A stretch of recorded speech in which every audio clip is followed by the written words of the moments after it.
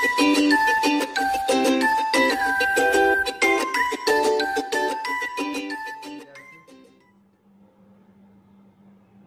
की एक और कविता पे अब हम आज बात करेंगे। बादल को घिरते देखा है।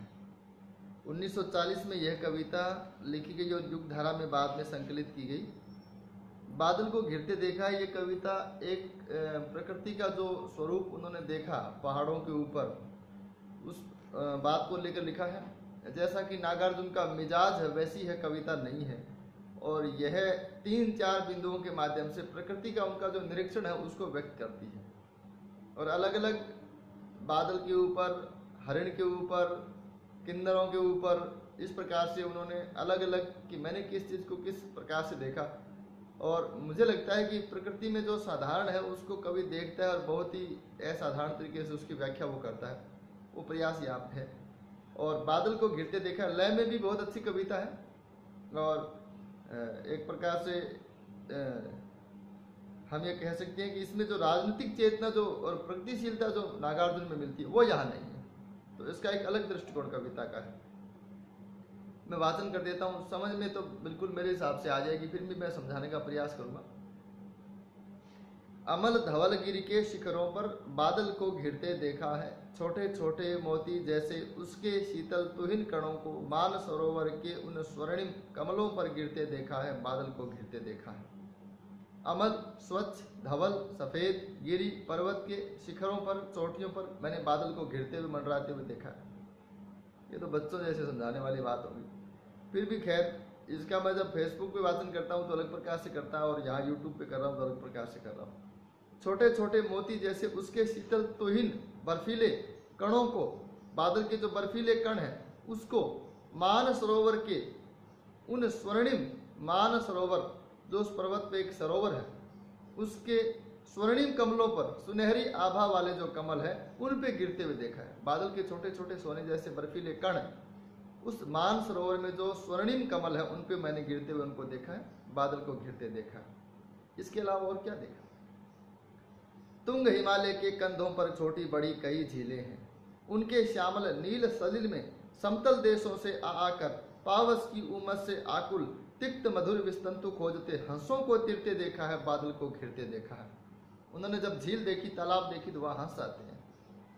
उसी बात को लेकर वो कहते हैं कि तुंग यानी ऊंचे हिमालय के कंधों पर छोटी बड़ी कई झीलें हैं, और उन झील में श्यामल नील सलिल, श्यामल यानी जो हरा भरा, जो श्यामल का मतलब काला भी होता है हरा भरा भी होता है, नील नीला सलिल जल में समतल देशों से आकर पावस की उमस से आकुल, पावस यानी वर्षा ऋतु की, उमस, उमस से आकुल यानी बेचैन, तिक्त मधुर, तिक्त कड़वा, मधुर मीठा, विस्तंतु, यहाँ विस्तंतु कमल नाल को कहा गया है, हंस है वो कमल नाल को खाते हैं। तो यहाँ कवि कहना चाहते हैं कि हिमालय की ऊंची चोटी पर छोटी बड़ी कई झीलें हैं, उन छोटी बड़ी झीलों पर कोई मधुर या कड़वा विस्तंतु या कमल नाल खोजते हुए ऐसे अनेक प्रकार के हंस मैंने वहाँ देखे हैं जो पावस की गर्मी में, उमस की गर्मी से बेचैन रहते हैं, और समतल देशों से यहाँ पर वो आते हैं।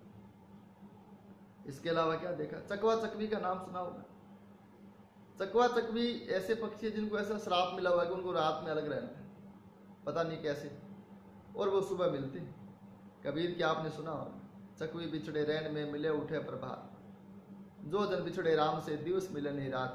तो चकवा पक्षी है, उसकी तो बहुत ज़्यादा साहित्य में चर्चा होती रहती है। अब आगे के बंद में वो बात है कि जो चकवा चकवी जिनको सारी रात अलग अलग बितानी है, वो प्रातः काल में किस प्रकार से एक हरी भरी घास के ऊपर और किस प्रकार से प्रणय कलह करते हैं, क्रंदन करते हैं, किस प्रकार से प्रणय कलह उनका होता है वो मैंने देखा है।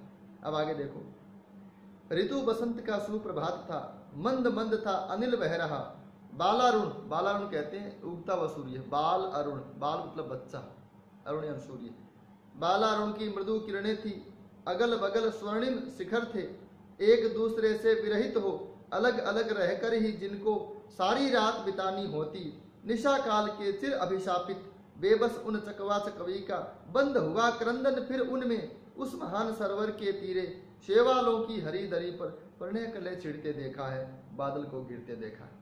बात मैंने पहले आपको बता दी, ज्यादा व्याख्या इसकी मैं नहीं करूंगा। आगे के बंद में एक जो हरिण होता है, जिसकी ऐसा कहा जाता है जिसकी नाभि में कस्तूरी बसती है, और उस कस्तूरी की खुशबू को दुनिया में ढूंढता रहता है, भटकता रहता है। कस्तूरी कुंडल बसे मृग ढूंढे बन माही। असल में सारी वो चीज़ें जो साहित्य में प्रसिद्ध है, उनका सबका उन्होंने प्रयोग किया। तो वो जो उन्होंने कहा है कि किस प्रकार से मैंने ऐसा हरिण देखा है जो बर्फानी घाटी में, दुर्गम बर्फानी घाटी में अपनी ही खुशबू से पागल होता है, लेकिन उसको ये मालूम नहीं है कि मेरे अंदर वो जो खुशबू है या जो परिमल है वो मेरे अंदर है, भीतर है। इस बात को वो समझता नहीं है और वो दौड़ता रहता है। तो मैंने उसको दौड़ते हुए देखा है। दुर्गम बर्फानी घाटी में 7 सहस्त्र फुट ऊंचाई पर अलख नाभि से उठने वाले निज के ही उन्मादक परिमल के पीछे धावित हो होकर तरल तरुण कस्तूरी मृग को अपने पर चिढ़ते देखा है, बादल को घिरते देखा है। अब इसके बाद में आपको ये मालूम है कि जब कालिदास के द्वारा यक्ष का जो प्रलाप लिखा गया और मेघदूत में, और यक्ष वो मेघदूत में मेघ को ही दूत बनाते हैं, और अलका मतलब कुबेर की नगरी है उसका भी वर्णन है। यानी कालिदास के मेघदूत में उस पर्वत का, पर्वत के ऊपर यक्ष है, वहाँ आसपास बादल मंडराते हैं, एक बादल को वो अपना संदेश वाहक दूत बनाता है। ये सब मेघदूत में आता है। अब वो कहता है ये कहाँ है, ऐसा तो मैंने वहाँ पढ़ा था, लेकिन यहाँ तो मैं देख रहा हूँ कि कोई मेघ है, वो दूत नहीं है। यहाँ तो मेघ आपस में टकराते हैं, झंझावात जो आता है ना, तूफान जो आता है, उसमें आपस में टकराते हैं। इस प्रकार से गरज गरज के आपस में मैं तो भिड़ते हुए देख रहा हूँ उनको। तो कहाँ है दूत, कहाँ है? अगले बंध में कहते हैं इसी बात को लेकर, कहाँ गया धनपति कुबेर वह, कहाँ गई उसकी वह अलका, नहीं ठिकाना कालिदास के व्योम प्रवाही गंगा जल का। ढूंढा बहुत परंतु लगा क्या, मेघदूत का पता कहीं पर, कौन बताए वह छायामय, बरस पड़ा होगा न यहीं पर। जाने दो वह कवि कल्पित था, जाने दो वह कवि कल्पित था, मैंने तो भीषण जाड़ों में नभ चुंबी कैलाश शीर्ष पर महामेघ को झंझा नील से गर्ज गर्ज भिड़ते देखा है, बादल को घिरते देखा है। मैंने तो ये देखा। अब इसमें अंतिम बंद में आप ये मान के चलिए कि किन्नर किन्नरियां एक प्रजाति है जिसको यक्ष भी कहा जाता है, वो बंसी बहुत मधुर बजाते हैं, और वो बंसी बजा रहे हैं और उनके सामने तिपाइयों पर है वो शराब रखी हुई है। शराब जिन प्यालों में है, जिन पात्रों में है, वो मणि खच्चित हैं, मणि हीरे मणि आदि से वो जड़ित हैं, और वो कस्तूरी मृग की छाल वो पहने हुए हैं, और उन्होंने जो बिछा रखा है आसन वो भी मृग छाल का ही है। इसके अलावा ऐसी बहुत सारी चीज़ें हैं। कानों में उन्होंने कुबले लटका रखे हैं, और उनकी वेणी में है वो लाल कमल है, उनकी वेणी में है वो लाल कमल है। तो इस प्रकार से वो जो किन्नर किन्नरियाँ हैं उनका वर्णन है। अब मूल बात तो यह कि किन्नर किन्नरियाँ है वो बंसी बहुत अच्छी बजाते हैं। भीतर बैठ जाओ। किन्नर किन्नरियाँ है वो बंसी बहुत अच्छी बजाते हैं। तो यहाँ उनका वर्णन है। शत शत निर्झर निर्झरणी कल मुखरित देवदारू कानन में, शोणित धवल भोज पत्र से छाई हुई कुटी के भीतर वो बैठे हैं। शोणित धवल भोज पत्र से छाई हुई कुटी के भीतर रंग बिरंगे और सुगंधित फूलों से कुंतल को साजे, इंद्रनील की माला डाले, शंखसरी के सुघड़ गलों में, दो लाइन में उनका सौंदर्य वर्णन है। कानों में कुबले लटकाए, शतदल लाल कमल वेणी में, रजत रचित मणि खच्चित कला में, पान पात्र द्राक्षास्व पूरित, ऐसे पान पात्र जिसमें उन्होंने द्राक्षास्व डाल रखा है, रखे सामने अपने अपने लोहित चंदन की त्रिपति पर, नरम निदाग बाल कस्तूरी मृग छालों पर पलथी मारे, मदिरारूढ़ आंखों वाले उन उन्मद किन्नर किन्नरियों की मृदुल मनोरम अंगुलियों को बंसी पर फिरते देखा है, बादल को गिरते देखा है। इसको आप रिपीट करके सुनेंगे तो हो सकता है बात समझ में आ जाए। अब इनकी एक कविता रह जाती है कालिदास, उसके बारे में मैं बता देता हूँ आपको। कालिदास का वाचन है वो कुमार विश्वास ने किया है और तर्पण सीरीज में किया है, तो आप असल में उनको वहाँ सुनना। मैं थोड़ा सा उसके बारे में बता देता हूँ कि कालिदास कविता है क्या। कालिदास कविता के माध्यम से एक बात ये कही जाती है कि जब कवि कभी किसी पर पीड़ा को गाता है, जब कवि किसी दूसरे की पीड़ा को व्यक्त करता है, तो इसका मतलब ये तो नहीं है कि वो खुद के बारे में कह रहा। यहाँ कालिदास ने जो लिखा कि जब वो कुमार संभव लिखते हैं तो रति का क्रंदन लिखते हैं, कामदेव को भस्म कर दिया था तो वो रति का विलाप लिखती हैं, और जब वो मेघदूत लिखते हैं तो यक्ष का विलाप लिखते हैं, और जब वो रघुवंशम लिखते हैं तो इंदुमती का विलाप लिखते हैं। ये सब जब जब वो उनकी दूसरों की पीड़ा को व्यक्त कर रहे हैं, तो कहीं ऐसा तो नहीं है कि वो खुद की पीड़ा को ही व्यक्त कर रहे हैं। और एक बात ये ध्यान देने की है, एक इलियट का हालांकि निर्व्यक्तिकता का सिद्धांत भी आता है, लेकिन ये ध्यान देने की बात है कि जब कवि कुछ लिखता है तो उसको अपने आप से उसको अलग नहीं कर सकता, अपने जीवन से, अपनी भावनाओं से उसको अलग नहीं कर सकता। एक बंद मैं आपको सुनाऊंगा खाली, बाकी कविता आप पढ़ना वहां पे। और उसका मूल सूत्र यही है कविता का कि हे कालिदास, तुमने जो लिखा और उसमें जो पीड़ा है वो कहीं तुम्हारी खुद की तो नहीं है। इंदुमती जब रोई थी तो तुम नहीं रोए थे, जब मेघ अपना जो वर्णन, अपना संदेश जब पहुंचाता तो कहीं तुम यक्ष के रूप में तुम तो नहीं थे। कालिदास सच सच बतलाना, इंदुमती के मृत्यु शोक से अज रोया था तुम रोए थे। हे कालिदास, सच सच बतलाना, इंदुमती के मृत्यु शोक से अज रोया था। असल में इंदुमती नहीं रोई थी, अज का विलाप है वो, मैं उसको मैंने गलत बता दिया थोड़ा सा। कालिदास सच सच बतलाना। शिवजी की तीसरी आंख से निकली हुई महाज्वाला में घृत मिश्रित सुखी समिधा सम कामदेव जब भस्म हो गया, रति का क्रंदन सुन आंसू से तुमने ही तो दृढ़ ढोए थे। कालिदास सच सच बतलाना, रति रोइया तुम रोए थे। अब इतने से आपको बात समझ में आती है। एक कविता रह जाती है, मनुष्य हूं, उसको भी मैं अभी नहीं पढ़ूंगा। मैं एक बात थोड़ी सी कहना चाहता हूं कि इन कविताओं के माध्यम से जब हम इनका वाचन करते हैं तो इनकी परीक्षा में प्रश्न कैसे आ सकते हैं। एक तो इसके लिए आप पिछले पेपर देखिए, दूसरी बात यह कि जब इतना बड़ा 5 से लेकर यूनिट 10 तक इतनी साहित्यिक रचनाओं को जब शामिल कर लिया गया है, और वहाँ गद्य है, पद्य है, आत्मकथा, जीवनी, पता नहीं क्या क्या है, तो हमें ये करना चाहिए कि जो छोटी रचनाएं हैं उनको पूरा पढ़ें और बड़ी रचनाओं के बारे में पढ़ें। और दूसरी बात है कि ज़्यादा से ज़्यादा उनके बारे में जानकारी करने का प्रयास करें। जैसे मैं पूरी कविता का वाचन आपके सामने कर रहा हूँ और उसकी व्याख्या कर रहा हूँ, तो इतना पर्याप्त है।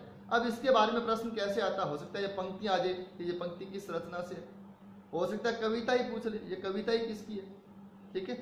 और एक मैंने आपको शुरुआत में जब कविताओं का वाचन करना प्रारंभ किया था तब मैंने आपको एक बात बताई थी कि इनके बारे में जो तथ्यात्मक जानकारियाँ, जो डेटा है, वो किसी गाइड में आपको मिल सकता है। जैसे प्रतियोगिता साहित्य की गाइड आती है, तो जो तथ्यात्मक जानकारी है, कब प्रकाशित हुई, कहाँ प्रकाशित हुई, ये जानकारी उसमें वहाँ मिल जाएगी।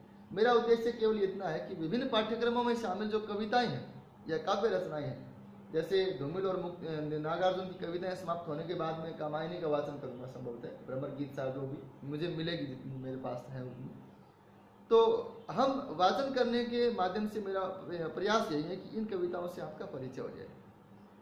हालांकि YouTube पर बहुत सारे चैनल हैं ऐसे जहाँ इनका वाचन हो रखा है और उनका अपना महत्व है, उन्होंने भी बहुत अच्छा प्रयास किया सबने। आप अगर आपको ये कविता कहीं मूल रूप से कहीं मिलती है किताब, तो आप उनको पढ़ें, नहीं मिलती है तो आपको जरूरी नहीं है कि केवल इस वीडियो को देखने से आपका काम चले। आप नागार्जुन की कविता के बारे में 3 वीडियो देख लीजिए, 2 वीडियो देख लीजिए। मैंने जैसे व्याख्या कर दी तो मैंने डेटा नहीं बताया, तो कोई हो सकता है कोई डेटा बताएगा, ज़्यादा व्याख्या नहीं करेगा। हालांकि 1-2 जगह थोड़ी व्याख्याएं बिल्कुल सतही नजर आती है, लेकिन फिर भी उनका महत्व है। कोई ना कोई बात वैसे बता के जाती हैं, और YouTube देखना कोई ज़्यादा मुझे लगता है भारी काम भी नहीं है। तो ये जो रचनाएं हैं, चाहे वो गद्य हो चाहे पद्य हो, इनके बारे में हमें ऐसे ही जानकारी इकट्ठी करनी होगी। आप अगर ये सोच लो कि कोई एक किताब में समस्त रचनाओं का सार मिल जाएगा तो बहुत मुश्किल है। रचना मिल गई तो रचना पढ़िए, यूट्यूब पर वीडियो मिल गया तो वीडियो सुनिए, किसी के साथ कोई किसी की दूसरे की पढ़ी हुई तो चर्चा कीजिए। यानी इनके माध्यम से हम तिनका तिनका इकट्ठा करके घोंसला बनाते हैं। ये ऐसी चीज़ें हैं, तो इनके बारे में पूरा विस्तार से एक जगह मिलना मैटर बहुत मुश्किल है। जैसे मैं डेटा बिल्कुल नहीं दे रहा हूँ उनके बारे में, केवल मैं वाचन करने की और व्याख्या थोड़ी बहुत जितनी संभव हो उतनी करने की कोशिश कर रहा हूँ। मैं नहीं समझता कि पूरी व्याख्या कविताओं की या 10-15 मिनट में 2-3 कविताओं की व्याख्या हो जाए, तो हम प्रयास करें। दूसरी बात रही हिंदी साहित्य के इतिहास की, तो हिंदी साहित्य के इतिहास के वीडियो डालना अभी तो संभव नहीं है, और जब भी होंगे तो मैं डालता रहूँगा। और एक बात मैं कहना चाहता हूँ कि आप चाहे किसी भी परीक्षा की तैयारी कर रहे हैं, YouTube के भरोसे कभी भी नहीं रहे, चाहे वो मेरा चैनल हो चाहे दूसरे का चैनल हो। आप इसको सब्सक्राइब करते हैं, शेयर करते हैं, लाइक करते हैं, आपका काम। आपकी इच्छा हो तो करिए, नहीं तो मत करिए। लेकिन अगर आप ये सोच लें कि हम केवल यूट्यूब से मैं सब कुछ बना के बोल दूंगा और हम पकी पकाई खा लेंगे, बिल्कुल भी इसके भरोसे नहीं रहोगे तो बहुत बढ़िया है। तैयारी हमेशा पुस्तकों से ही करनी चाहिए। और मुझे ये माध्यम असल में उतना पसंद नहीं है, ये चल इसलिए रहा है कि मेरे कुछ शिष्यों ने जोर देकर इसको बनवा दिया, ये चल पड़ा। और अभी थोड़े से ज़्यादा मैसेज आ जाते हैं कई दिन अगर नहीं डालता हूँ तो इसलिए मैं जब भी समय होता है, अब मुझे थोड़ा सा इसमें रुचि भी हो गई है और मुझे लगता है कि मेरे कुछ 2 मिनट बात करने से किसी विद्यार्थी का भला होता तो अच्छी बात है। लेकिन खतरा इसमें ये है कि विद्यार्थी अगर इस पर आश्रित हो जाए, वो अगर ये समझे कि इसी चैनल से मैं पूरी तैयारी कर लूँगा, तो इसके भरोसे और मेरे यूट्यूब चैनल के भरोसे मैं बार बार इस बात की प्रार्थना करता हूँ कि इसके भरोसे बिल्कुल नहीं रहे। आपको तैयारी कैसे करें नाम एक प्लेलिस्ट है इसमें मेरे चैनल पे। जब आप होम पे जाते हैं तो तैयारी कैसे करें नाम एक प्लेलिस्ट है, उसमें जाइए, उसमें 10 वीडियो है अलग अलग परीक्षाओं के लिए, अलग अलग तैयारी कैसे करें मैंने बता रखा है। तो वहाँ किताबें वगैरह सब बता रखी है, उनको खरीदिए, पढ़िए।